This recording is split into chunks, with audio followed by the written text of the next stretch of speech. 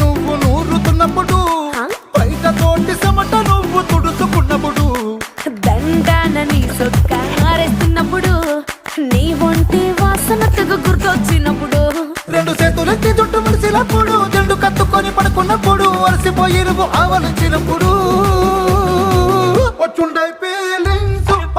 feelings వచ్చి వచ్చి చంపేస్తు